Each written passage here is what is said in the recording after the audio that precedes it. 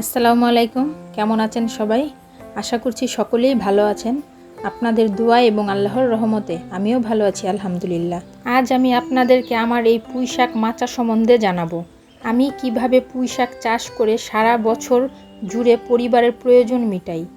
আমরা সবাই জানি পুঁইশাক খুব বেশি যত্নের প্রয়োজন হয় না। পুঁইশাকের চারা কিন্তু বীজ অথবা কাটিং দুইটা থেকেই করা যায়। আমার এই পুঁইশাক গাছ কিন্তু বীজ থেকে করা। গত বছর আমি কাটিং থেকে চারা করেছিলাম।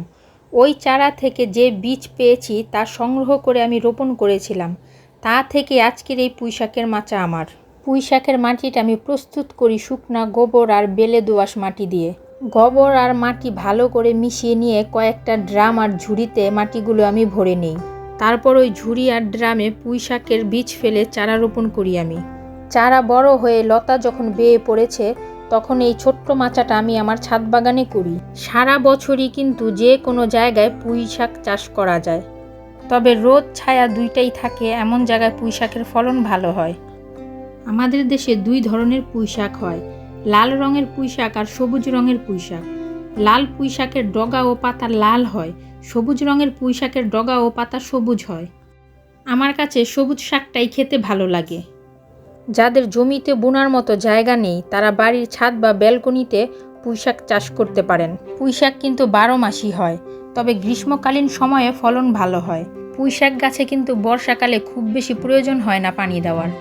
পুঁইশাকের ভালো ফলন পেতে হলে গাছের গোড়া সবসময় পরিষ্কার করে দিতে হবে, আর গাছের গোড়ার মাটি কয়েকদিন পর পর আলগা করে দিতে হবে। পুঁইশাক গাছের গোড়ায় পানি জমতে দেওয়া যাবে না, তাহলে গাছের গোড়া পচে যাবে। ফলন বেশি পেতে গাছে মাচা করে দিতে হবে। অনেক বৃষ্টিতে যখন গাছের গোড়ার মাটি সরে যায় তখন আবার গাছের গোড়ায় মাটি দিতে হবে। এইরকম অল্প কিছু টিপস যদি আপনারা ফলো করেন তবে আমার মতো সারা বছরই পুঁইশাক খেতে পারবেন নিজের বাগান থেকেই। আমি কিন্তু আমার এই পুঁইশাকের মাচাটা থেকে নিজের প্রয়োজন মিটিয়েও আশেপাশে প্রতিবেশীদেরও দিতে পারি। দেখতেই পাচ্ছেন আমার ছাদ বাগানের মাচা থেকে আমার ছেলে আমাকে পুঁইশাক তুলে দিচ্ছে। আমার এই ছোট্ট ছাদ বাগানে আমি পরিবারের প্রয়োজন মেটানোর জন্য অনেক সবজি চাষ করি। আপনারাও আমার মতো ছাদ বাগানে সবজি চাষ করতে পারেন। আজকের ভিডিওটি এই পর্যন্তই ছিল। আমার এই ছাদ বাগানের ভিডিওটি যদি আপনাদের কাছে ভালো লেগে থাকে আমার চ্যানেলটিকে লাইক এবং সাবস্ক্রাইব করার অনুরোধ রইল। আমার সন্তান এবং পরিবারের জন্য দোয়া করবেন। আমিও দোয়া করি আল্লাহ তাআলা আপনাদের সকলকে ভালো রাখুক। আল্লাহ হাফেজ।